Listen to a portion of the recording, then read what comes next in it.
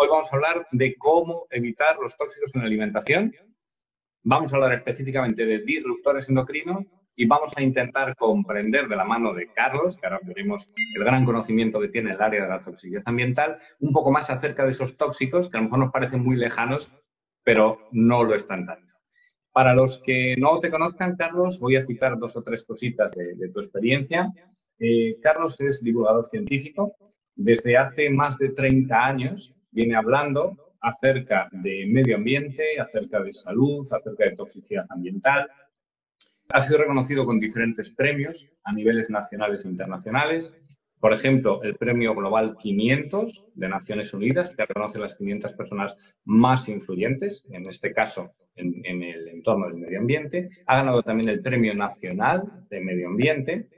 Y como decíamos, es un comunicador con experiencia en importantes medios de radio, de televisión, escritor, autor de diferentes obras relacionadas y también no relacionadas con el tema del medio ambiente y de la toxicidad ambiental, y es el responsable de la campaña Hogar Sin Tóxicos de la Fundación Vivosano, hogarsintóxicos.org, en la que nos contáis acerca del problema que supone la toxicidad ambiental. Carlos, ¿por qué no nos dices cómo has acabado, después de toda esta carrera a nivel profesional, por qué te interesas por el tema de los tóxicos ambientales y cómo has terminado enfocándote en la relación entre toxicidad ambiental y salud? Bueno, como dices, pues llevo mucho tiempo dedicado a los temas del medio ambiente, ¿no? Y a lo largo pues, de esos más de 30 años de comunicar temas de medio ambiente, pues he abordado los más diversos asuntos. Temas de diversidad biológica, de fauna y de flora, de incendios forestales, de la política del agua, de los embalses, de los trasvases, de la pérdida de suelos, de la energía nuclear, el cambio climático, en su momento el agujero en la capa de ozono, bueno, todo tipo de temas. Pero desde un principio percibí que sin duda alguna uno de los asuntos más importantes del medio ambiente y que además no estaban siendo a lo mejor abordados con la importancia, la trascendencia que estos temas tienen, pues es precisamente el tema de los contaminantes químicos y del impacto que estos tienen, no solamente en la naturaleza, que tienen un impacto tremendo, sino de manera muy singular en la salud humana, ¿no? Pues todos estamos viendo como una serie de problemas de salud no paran de crecer en incidencia en las últimas décadas, sobre todo a partir de la Segunda Guerra Mundial, en Occidente y en el mundo en general, pero sobre todo en países industrializados, problemas de salud como el cáncer, enfermedades autoinmunes, asma, alergias, etcétera, múltiples problemas de salud que están creciendo en incidencia y que pues puede ser que pensemos que esto es por casualidad o que es algo genético, aunque los genes desde luego no cambian tan deprisa, o que, como dicen los científicos, pues hay una serie de factores, entre ellos los ambientales, que pueden incidir. Y dentro de esos factores ambientales, pues lo que nos dice la comunidad científica es que los contaminantes químicos tienen un peso singular en una parte del crecimiento de estos problemas de salud, ¿no? Entonces es un tema que siempre me ha preocupado mucho por el efecto que tiene sobre la salud humana. Y pues a ello me he dedicado y pues eso, con artículos, con múltiples intervenciones en medios de comunicación, varios libros, la campaña Hogar Sin Tóxicos y todo lo que puedo hacer para difundir esta cuestión que yo creo que es de una trascendencia extraordinaria y a la que sin embargo se sigue sin prestar la atención debida. Se habla mucho de otros asuntos relacionados con el medio ambiente, como es el caso, por ejemplo, del cambio climático, que por supuesto es muy importante, pero este tema que es en importancia pues al menos tan importante, si no más, que el del cambio climático, pues no se ha conseguido aún que se ponga tanto el foco sobre él, ¿no? Y en ello estamos, a ver, poco a poco, pues intentando abrir los ojos de la gente acerca de lo que está diciendo la comunidad científica, porque esto no es que haya 4 científicos que estén alertando acerca de esto, es que son miles de científicos y sociedades de investigadores, de centros de investigación, sociedades científicas muy importantes de todo el mundo que llevan mucho tiempo alertando y los políticos no están haciendo caso y la población en general pues no les llega esa información que generan los científicos. Porque, Carlos, para la gente que nos esté viendo ahora, que a lo mejor se preocupan seguro por su salud, pero no conocen demasiado de los tóxicos, de esos tóxicos químicos, para tener unas pinceladas sobre la dimensión que puede tener este problema, para entenderlo mejor. ¿Nos puedes dar algún dato? ¿Nos puedes decir? Porque lo que uno pensaría es que todo esto está perfectamente regulado, ¿no? Entonces, muy brevemente, para comprender un poco el panorama, ¿no? El contexto en el que nos movemos y la importancia que tienen estas sustancias tóxicas que pueden ser nocivas, cuéntanos un poquito más. Bueno, pues muchas veces no somos conscientes, ¿no?, de cómo ha cambiado el entorno en el que vivimos cotidianamente.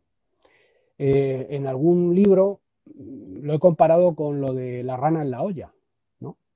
Esa rana que si la metes en una olla con agua caliente se da cuenta de que está caliente y salta y a lo mejor se salva. Pero que si a esa misma rana se la pone en una olla y se va calentando el agua poco a poco, al final no va notando ese progresivo cambio de temperatura y al final termina por cocerse. Bueno, pues un poco eso es lo que nos pasa, ¿no? En las últimas décadas ha habido una serie de cambios progresivos, lo suficientemente lentos como para que a lo mejor no nos demos cuenta de su entidad, de su importancia, pero lo suficientemente rápidos como para que, por ejemplo, ahora el entorno químico en el que nos desenvolvemos no tenga nada que ver con el entorno químico en el que se podían desenvolver, por ejemplo, nuestros abuelos. Un dato, en el año 1930, en todo el mundo, al año, se producían en torno a 1 millón de toneladas de química sintética. 1 millón de toneladas. En el año 2000, ese millón de toneladas se había convertido en 400 millones de toneladas. Una década más tarde se había duplicado, ya podría estar en 800 millones de toneladas. En estos momentos, pues, se ha duplicado otra vez, es decir, son unos volúmenes de química sintética inmensos. Y además, no solamente el volumen en toneladas, sino también el número de sustancias químicas diferentes. Hasta hace poco se pensaba que el hombre había puesto en circulación algo más de 100.000 sustancias químicas sintéticas, es decir, sustancias que no había en la naturaleza. Sin embargo, estimaciones científicas más recientes nos dicen que no, que son más de 350.000 sustancias o grupos de sustancias químicas sintéticas las que el hombre ha puesto en circulación. Carlos, cuando uno escucha estas cifras, lo que se viene a la cabeza es, con ese incremento tan brutal de sustancias que se han producido, ¿da tiempo a regularlas correctamente? Eso es lo que iba a comentar a continuación, ¿no? Claro. O sea, si a veces solamente estudiar una sola sustancia puede y que se llegue a establecer un grado de certeza suficiente acerca de sus efectos como para prohibirla, tarda décadas, una sola sustancia, pues, ¿cómo se va a estudiar cientos de miles de sustancias, ¿no? O sea, pues es un proceso muy lento y desde luego desborda la capacidad de investigación de los efectos de las sustancias, el volumen de producción y la cantidad de sustancias que se producen. O sea, está absolutamente desbordado. Se estima que menos de un 1% de las sustancias en circulación han sido evaluadas más o menos debidamente acerca de los efectos que pueden producir sobre la salud y el medio ambiente. Es decir, la mayor parte de las sustancias que hay en circulación, y esto lo reiteran una y otra vez los científicos, no han sido debidamente estudiadas acerca de sus efectos. ¿Un 1% has dicho, Carlos? Menos del 1% de las sustancias. Menos del 1% de todas las sustancias. De todas las sustancias de circulación han sido más o menos debidamente evaluadas. Es que es inabarcable. Y no digamos además luego cómo se evalúan. Sobre eso habría mucho que decir, ¿no? No quiere ello decir que toda la química sintética, por supuesto, que se ha producido sea tóxica, pero sí se sabe que un porcentaje de esas cientos de miles de sustancias sí que pueden tener o tienen efectos tóxicos, ¿no? Y lo que no se sabe es los efectos que tiene una buena parte de la química que hay en circulación. Porque muchas veces, indudablemente, hacen nuestra vida más fácil, ¿no? Son sustancias que están en materiales que utilizamos cotidianamente, pero que tal vez nunca nos hemos reparado a pensar si pueden tener algún efecto nocivo más allá de la comodidad, ¿no? Y ya para entrar también en la etiqueta que poníamos, disruptores endocrinos. Cuéntanos un poco más acerca de estos disruptores endocrinos y por qué son tan importantes. Bueno, las sustancias disruptoras endocrinas, ¿no?, son sustancias que son capaces de alterar el equilibrio hormonal del organismo, ¿no? Entonces, el equilibrio hormonal es muy importante porque preside procesos muy relevantes. Por ejemplo, cuando se está formando un ser humano dentro de su madre, cuando es un embrión o un feto, las hormonas están jugando un papel. Por ejemplo, la testosterona juega un papel en que se formen correctamente los testículos en el niño, o por ejemplo las hormonas tiroideas tienen un papel en que se forme correctamente el cerebro del niño, bueno, y así con otras cosas, ¿no? Entonces, lo que sucede con estas sustancias disruptoras endocrinas, según dice, por ejemplo, la Endocrine Society, que es la entidad mundial de referencia en este tema, u otras entidades científicas en el mundo y miles de investigadores, es que estas sustancias que son alteradoras hormonales pueden tener efectos a concentraciones delirantemente bajas, tanto que no está claro que por baja que sea la concentración, se pueda establecer un umbral seguro de exposición a estas sustancias. Porque el sistema hormonal, el propio sistema hormonal del organismo, funciona también a niveles muy bajos de concentración. Y estas sustancias que pueden de alguna manera a veces imitar a las hormonas, o bloquearlas, o afectar, o perturbar el funcionamiento de las hormonas de distintas formas, también actúan a niveles muy bajos de concentración, ¿no? Entonces es muy preocupante lo que la ciencia nos está mostrando acerca de estas sustancias que son disruptoras endocrinas, que son muchas. Hasta ahora se han establecido como en torno a 1000 identificadas con claridad como sustancias disruptoras endocrinas, pero probablemente, no es probablemente, o sea, seguro que hay muchísimas más, porque la ciencia va avanzando lentamente y cada vez son más las sustancias disruptoras endocrinas que se están identificando. Y son sustancias que tienen que preocuparnos también, porque no son sustancias que están en Marte o en Saturno o en alguna industria rara lejos de nosotros, sino que muchas veces son sustancias que todos tenemos ya en nuestro cuerpo, porque pueden haber llegado a nuestro organismo a través de la alimentación, a través del agua que bebemos, a través de lo que inhalamos, incluso en el propio hogar, porque se pueden desprender de productos o artículos que pueda haber en el entorno doméstico, o por productos que colocamos, por ejemplo, sobre la piel, algunos productos de aseo personal, cosmética, etcétera, que son sustancias que tenemos ya, muchas de ellas en nuestro organismo, y como lo que nos dice la ciencia es que pueden actuar a niveles muy bajos de concentración y han sido asociadas a una serie de problemas de salud en ocasiones importantes, pues es algo que nos tiene que preocupar de manera singular. Es decir, que estos disruptores endocrinos son un tipo de sustancia química que de alguna manera imita nuestras hormonas y que confunde nuestro sistema hormonal y que, según tú dices, desgraciadamente ya la tenemos dentro muchos. Claro, o sea, si ahora mismo nos analizaran, y de hecho se ha hecho, ¿no? Se ha analizado en el organismo, o sea, se han realizado analíticas muchas personas en muchos países y se ha visto, por ejemplo, que prácticamente todos los habitantes tenemos, por ejemplo, talatos, que muchos que nos estén viendo dirán, bueno, ¿qué es eso de los talatos, no? Qué nombre tan raro, ¿no? Bueno, pues los talatos son sustancias que están en infinidad de cosas de la vida cotidiana, pueden estar en plásticos, y de hecho con frecuencia están en plásticos, y a veces en unas cantidades importantes se van desprendiendo de esos plásticos, pueden estar también pues, en productos de aseo personal, productos de limpieza, ambientadores en algún caso, etcétera, y al final pues los tenemos en nuestros cuerpos, según los análisis que se realizan, la práctica totalidad de la población. Lo mismo pasa con algunos bisfenoles, con otras sustancias que también pueden ser disruptoras endocrinas, como son los retardantes de llama. ¿Qué son los retardantes de llama? Pues sustancias que se aplican a los tejidos, a los plásticos, etcétera, para que tarden algo más en arder. Pero como no están unidos químicamente a la estructura,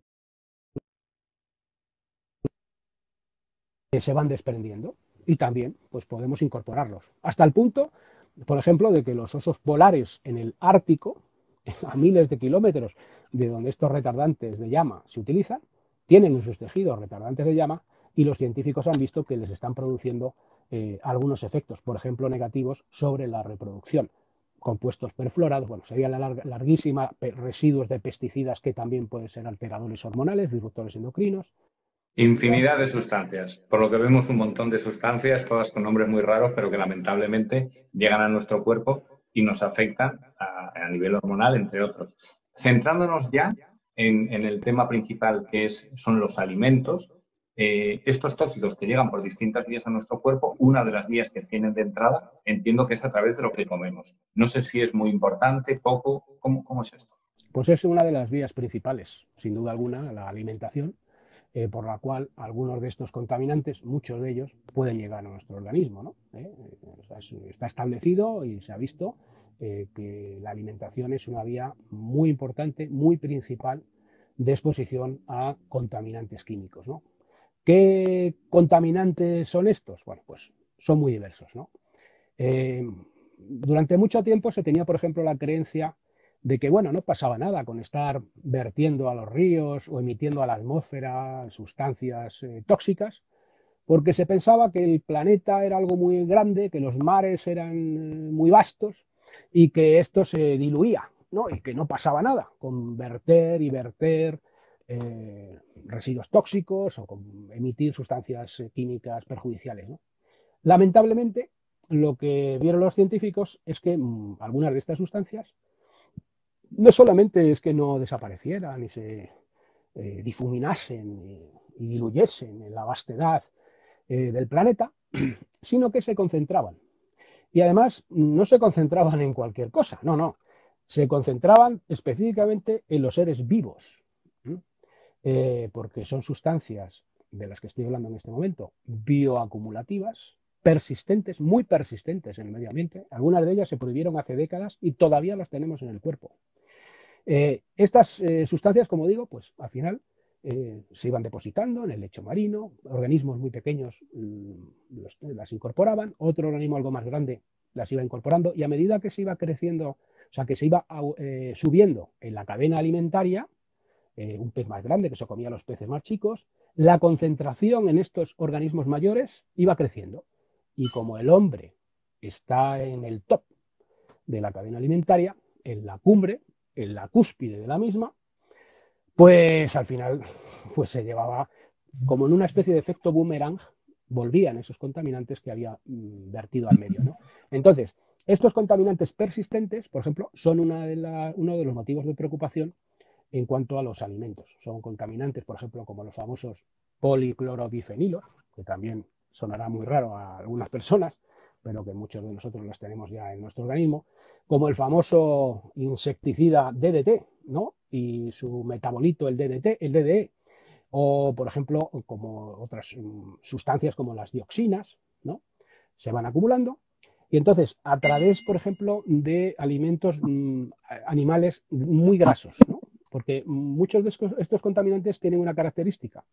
Los científicos dicen que son lipofílicos, es decir, como que tienen amor por las grasas. Se depositan, se ven atraídos por las grasas, ¿no? Entonces las grasas se concentran. Entonces, pues eso, alimentos grasos, pues por ejemplo, pues pueden contener pues muchas dioxinas. Por ejemplo, se sabe que las dioxinas, la principal forma de exposición a estas sustancias, que son cancerígenas, disruptoras endocrinas, etcétera, es a través de la alimentación. La inmensa mayoría de las dioxinas que podemos incorporar vienen de la alimentación, ¿no? ¿Qué se puede hacer, por ejemplo, en el caso de esto? Pues, por ejemplo, variar la dieta, porque, por ejemplo, si uno consume mucho de algún tipo de alimento que pueda contener una concentración notable de alguno de estos contaminantes, pues va a concentrar una cantidad relevante, ¿no? Luego también eliminar las grasas.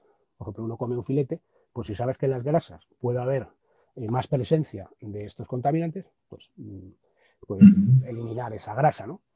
Eso es una vía, ¿no? Luego hay otras vías de exposición, por ejemplo, y muy importante, el tema de los residuos de pesticidas, ¿no? Que puede haber en buena parte de las frutas y verduras que consumimos los europeos, ¿eh? Si uno mira los informes de la Autoridad Europea de Seguridad Alimentaria, verá que un porcentaje notable de las frutas y verduras convencionales, no ecológicas, que consumen los europeos, pues tienen el residuo de pesticidas.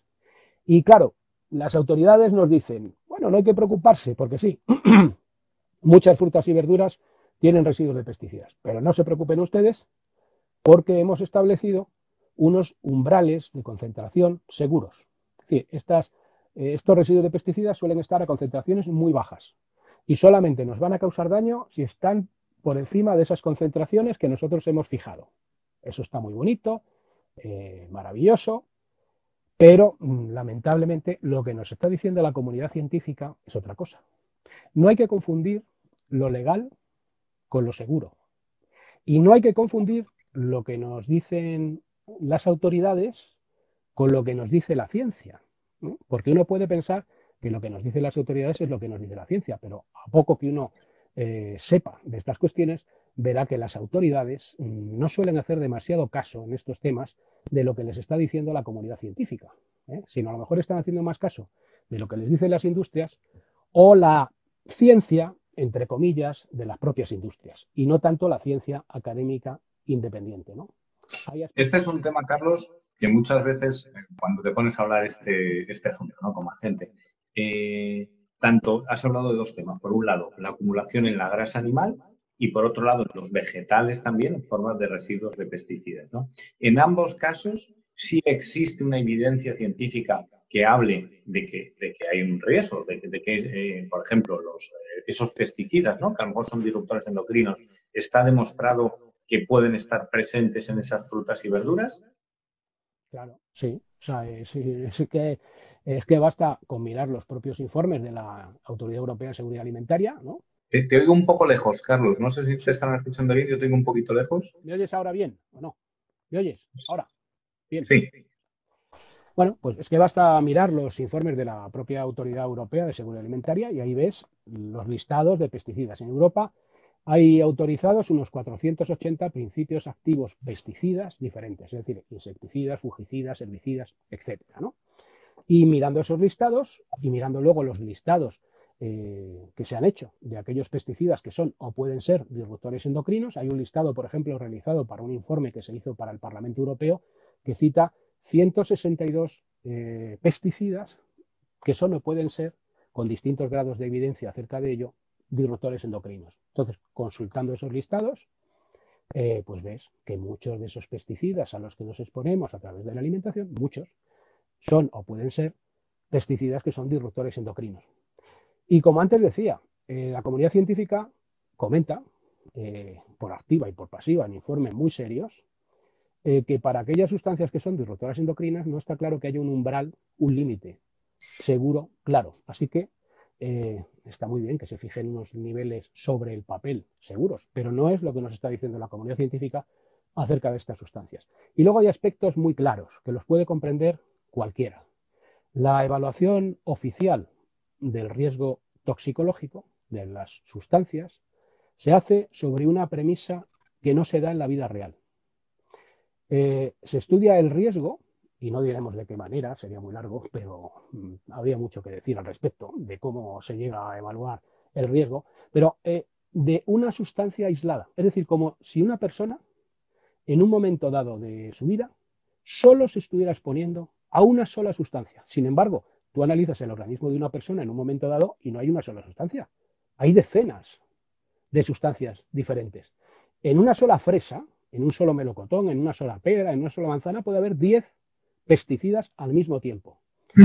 Y es evidente que no es lo mismo exponerse a una sola sustancia que a varias a la vez. Es como, alguna vez lo he explicado así, como un boxeador. O sea, es lo mismo que un boxeador se enfrentara a un solo adversario en el ring en un momento que el que se pegara con 20, sería previsible un resultado similar de la pelea. Pues no, pues nuestro cuerpo igual, o sea, nuestro organismo no es lo mismo que se tenga que defender de una sola sustancia a la vez que defenderse de varias sustancias a la vez. Y nos exponemos siempre a varias sustancias a la vez. Bueno, pues oficialmente no se ha evaluado el riesgo del llamado efecto cóctel, que es el efecto de esas mezclas que son las mezclas a las que realmente nos estamos exponiendo. Es decir, no han evaluado el riesgo real al que nos exponemos, sino que han evaluado el riesgo de una situación que no se da en la vida real, que es que solo nos expusiéramos a una sustancia aislada. Este es solo un argumento, pero hay muchos más que se podrían esgrimir, ¿no? Y con esto, ¿qué es lo que hay que sacar como conclusión? Pues que hay que adoptar el principio de precaución. No es que se pueda afirmar que te va a producir un efecto terrible, pero tampoco puedes afirmar que no te vaya a producir efectos. Por ejemplo, Carlos, sabiendo que, como tú dices, no hay una relación causa y efecto clara al 100%, sino que influyen o pueden favorecer el desarrollo de determinadas patologías, ¿no? En el caso de los disruptores, por ejemplo, aunque sabemos que, como has dicho, hay miles y miles de sustancias sospechosas, no solo disruptores, hay otros tóxicos químicos, pero por centrarnos en el caso de disruptores endocrinos y así de un modo sencillo para que entendamos con qué patologías se han asociado. Pues múltiples, porque como la disrupción endocrina, sabes que sería interminable, o sea, desde problemas de reproducción a cánceres hormonodependientes, cánceres que dependen de las hormonas, como es el caso del cáncer de mama, cáncer de próstata, cáncer de testículos, cáncer de ovario, donde si hay presencia de unas sustancias que pueden hacer que el cáncer progrese más deprisa, pues estas sustancias pueden favorecerlo. Efectos en el sistema nervioso central. Y sobre esto es muy importante, por ejemplo, citar unos informes que publicó en el 2015 la entidad mundial de referencia en el tema de la endocrinología. O sea, que es que también hay que darse cuenta de que no estamos hablando de unos pocos científicos, estamos hablando de las autoridades científicas mundiales en un ámbito determinado, como es en este caso el ámbito de la endocrinología. Bueno, pues en el año 2015, la Endocrine Society, que es la sociedad endocrina mundial, que tiene premios Nobel, etcétera, etcétera, etcétera, publicó unos informes muy interesantes, ¿no? Donde hablaba, por ejemplo, del efecto que podían tener un tipo de pesticidas muy usado en la agricultura, que son los llamados insecticidas organofosforados. En ese informe se dice que cada año en Europa, a consecuencia de la exposición a pesticidas organofosforados, fundamentalmente a través de la alimentación, que es la mayor vía de exposición a los pesticidas, en la población general, se perdían cada año en la Unión Europea 13 millones de puntos de coeficiente intelectual en los niños, aparte de otros efectos, ¿no? Pues, por ejemplo, ese es un efecto, ¿no? O sea, por la exposición durante el embarazo, Carlos, a esa sustancia se producía esa caída del coeficiente intelectual. Sí, fundamentalmente es en las primeras etapas de la vida donde se pueden producir los efectos más importantes, porque en las primeras etapas de la vida hay algo que los científicos llaman ventanas de exposición, que son momentos clave del desarrollo donde la presencia de algo que altere el equilibrio químico, hay que darse cuenta que una criatura se está desarrollando por mor de un diálogo químico entre la madre y la criatura, de hormonas y demás, y bueno, en esos momentos la presencia de un contaminante químico que a lo mejor a un adulto, pues a lo mejor no tiene tanto efecto, o tiene otro, y a lo mejor no de esa profundidad, puede tener un efecto muy importante.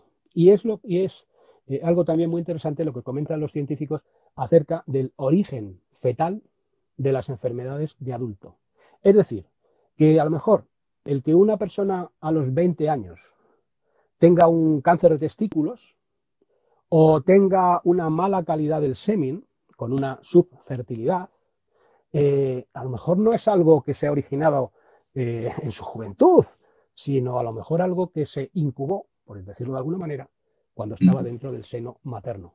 Hay un estudio muy interesante, por ejemplo, de mujeres. Había datos de mujeres embarazadas del contenido de DDT en esas mujeres embarazadas hace más de 50 años.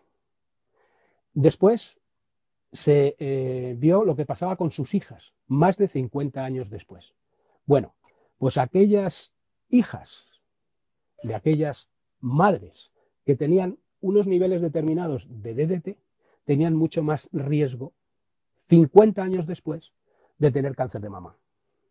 Bueno, pues esto es un ejemplo, pero podrían citarse más ejemplos, ¿no? Buena parte de los efectos que la ciencia dice que producen los contaminantes químicos y en especial los disruptores endocrinos se pueden producir sobre todo en las primeras etapas de la vida, como por ejemplo es el embarazo y también en la infancia, ¿no?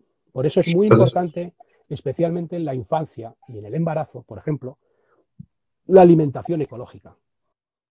Vamos, antes de empezar a hablar, si quieres, de las alternativas, por resumir un poco, o sea, lo que hemos comentado es que de todas las sustancias químicas que pueden ser nocivas, hay unas sustancias que se llaman disruptoras o que tienen un efecto de disrupción endocrina, que trastornan nuestras hormonas, ¿no? Que la vía principal a través de la cual nos llegan es lo que comemos, o una de las vías más importantes, y que luego hay determinados momentos, si te he entendido bien, Carlos, como el embarazo y la primera infancia, donde es particularmente delicado extremar el cuidado, ¿no? Porque, como tú has dicho, al final son tantas sustancias y en particular estos disruptores es tan complejo, según dicen los científicos, encontrar ese umbral de seguridad que lo que habría que hacer sería extremar el cuidado. ¿Cómo extremamos el cuidado? Es decir, si hablamos de una mujer embarazada que nos esté viendo, ¿no? O alguien que tenga un niño de corta edad o alguna persona con una patología tal vez hormonal, ¿no? ¿Qué puede hacer para que esa vía principal de entrada a su cuerpo de disruptores, que es la alimentación, sea lo más segura posible? Bueno, pues hay, por ejemplo, en el caso de, antes ya comentábamos, en el caso de los compuestos persistentes, ¿no? Por ejemplo, el tema de los alimentos grasos, el tema de variar la dieta. En el tema de los residuos de pesticidas, ¿qué se puede hacer? Pues algo muy sencillo, ¿no? Aunque a veces a lo mejor no lo parece tanto, sobre todo en personas de cierto nivel económico, aunque tampoco es a veces tan complicado, ¿eh? Pero bueno, comer ecológico. O sea, hay que tener presente que los productos certificados ecológicamente, en su sistema de producción, no se utilizan pesticidas sintéticos. Y como no se utilizan, pues es mucho más difícil que luego aparezcan sus residuos en los alimentos. De hecho, hay estudios que muestran cómo en unos pocos días en los que una persona ha pasado de comer convencional, no ecológico, a comer ecológico, los residuos de pesticidas que se detectan o de los metabolitos, que son las sustancias químicas en las que se convierten dentro del cuerpo esos residuos de pesticidas, caen espectacularmente. O sea, bajan los niveles de presencia de estos contaminantes en el cuerpo espectacularmente en cuestión de nada. Es decir, eso en pocos días, dices, Carlos. Nada, en unos pocos días, una semana, hay varios estudios realizados en distintos países y se ve como, por otro lado, es que es de sentido común. Pero la ciencia no es cuestión de sentido común, es cuestión luego de demostrarlo.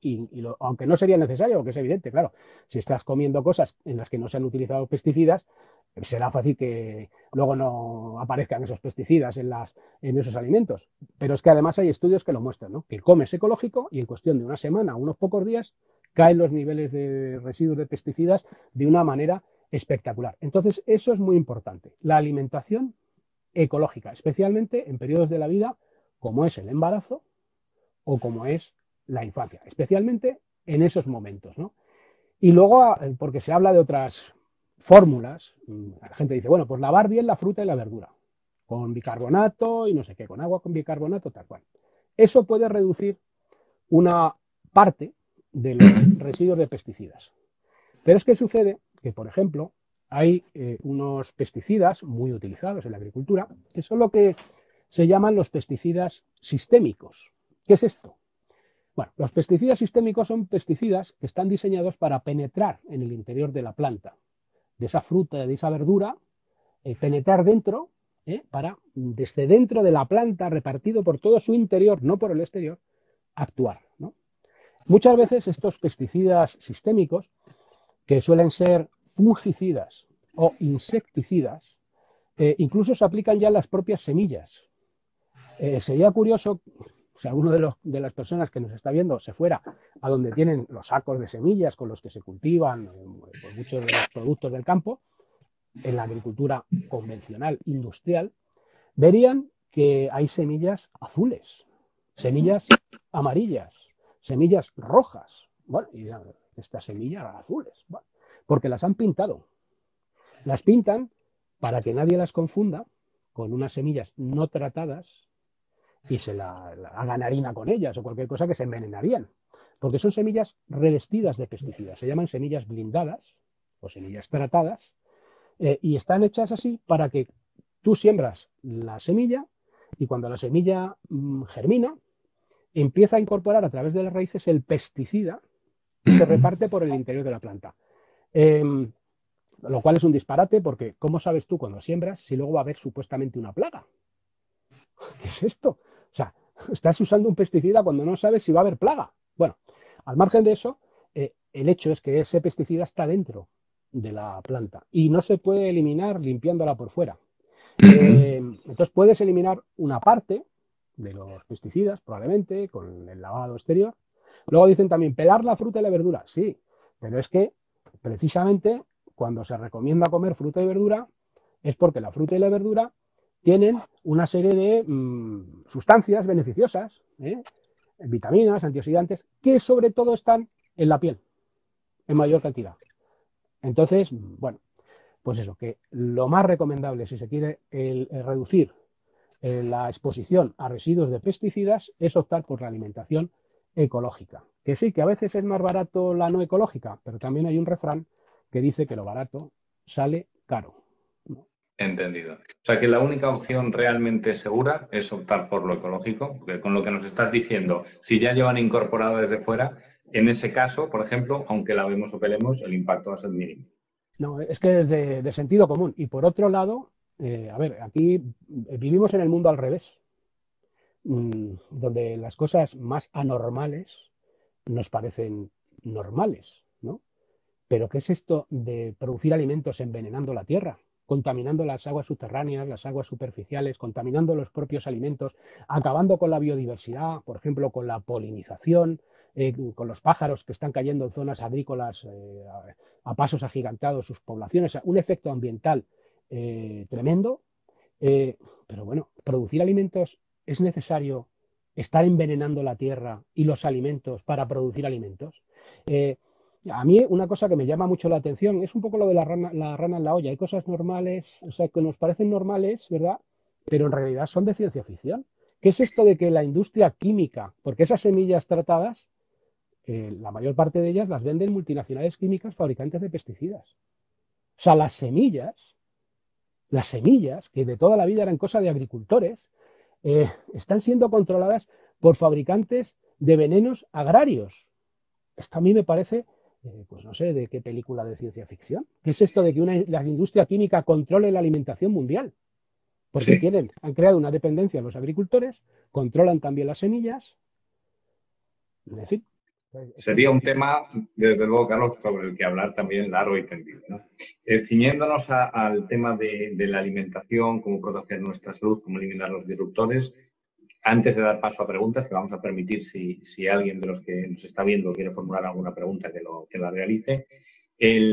La medida, si yo te he entendido, por un lado podría ser reducir la grasa que sabemos que acumula esas potenciales sustancias tóxicas y luego ir al tema eco. Antes nos decía uno de los espectadores que si había alguna medida para una vez que ya habíamos tomado esos tóxicos, eliminarlos. Entiendo que la primera medida sería intentar no ingerirlos.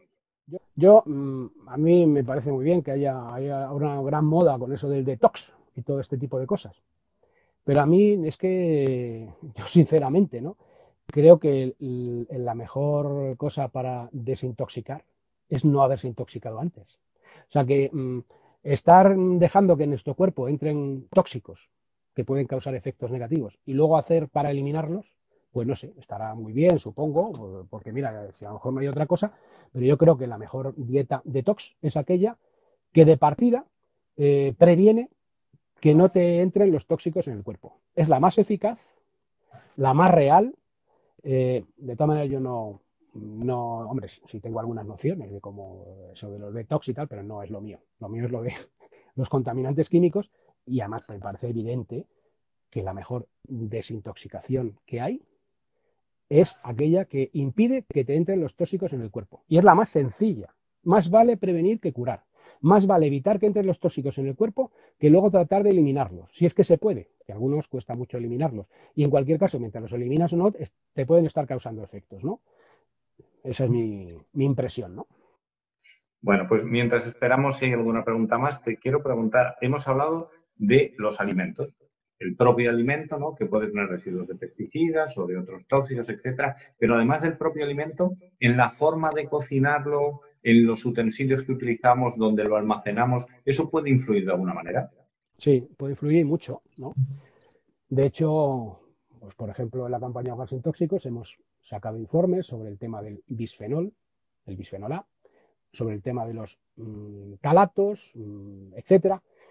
Hay recipientes, utensilios de cocina que pueden liberar sustancias tóxicas hacia el alimento. Por ejemplo, una persona coge un tupper de plástico y calienta alimentos en el microondas con él y como el calor facilita, acentúa el movimiento de las moléculas, pues es más fácil que se liberen contaminantes químicos desde ese plástico que aunque parezca el plástico algo inerte, que no libera sustancias, no es así, está súper demostrado que no es así, libera sustancias y hay sobre ello estudios realizados, ¿no?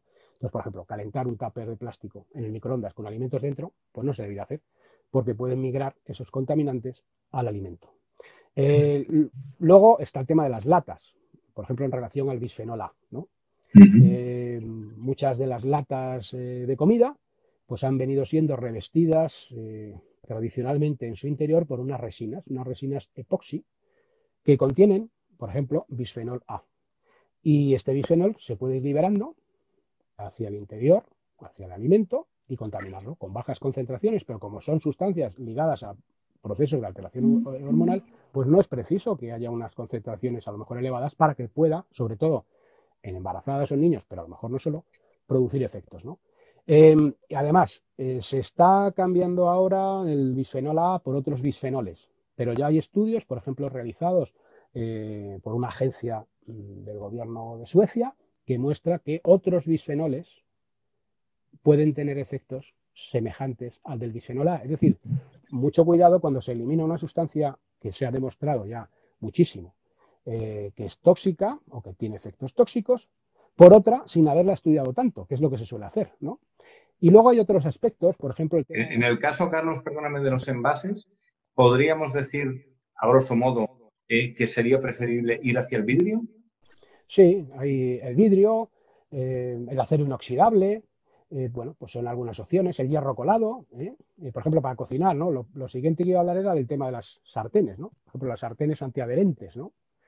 Que, bueno, en muchas de ellas te pone sartén ecológica, antiadherente ecológica, sin PFOA, ¿no? El PFOA, que es el ácido perfluorooctanoico, ¿no?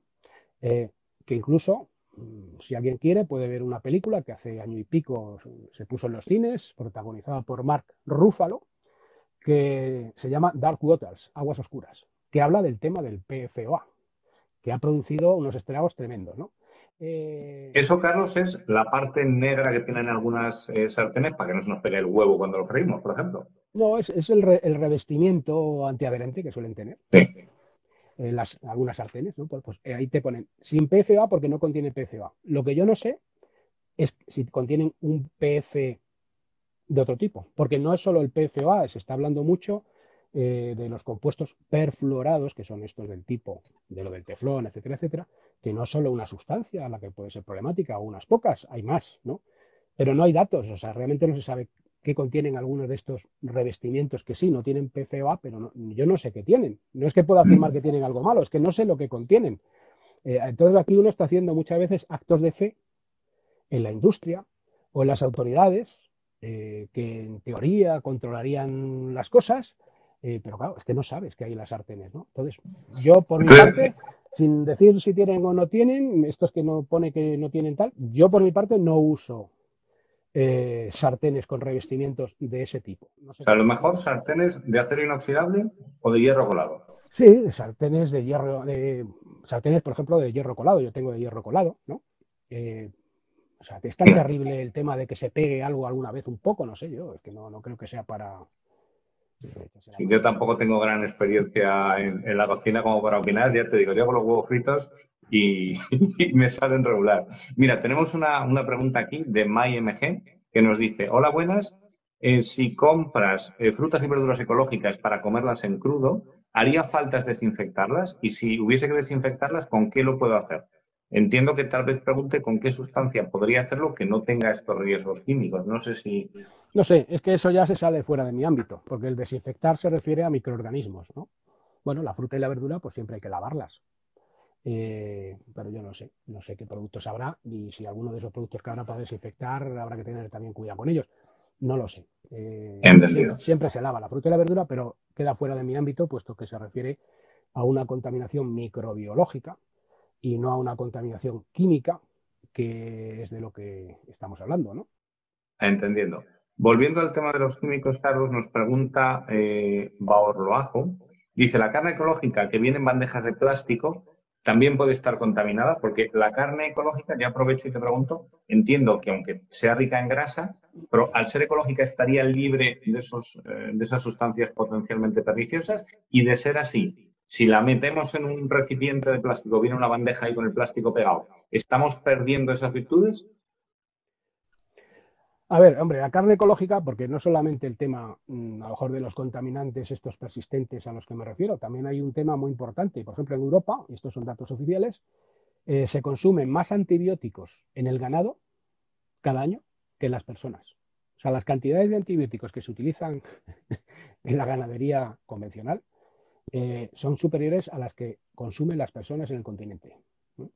Entonces, por ejemplo, con la carne ecológica evitas pues una serie de cosas como, por ejemplo, la presencia de antibióticos. En algún caso, a lo mejor el tema de hormonas.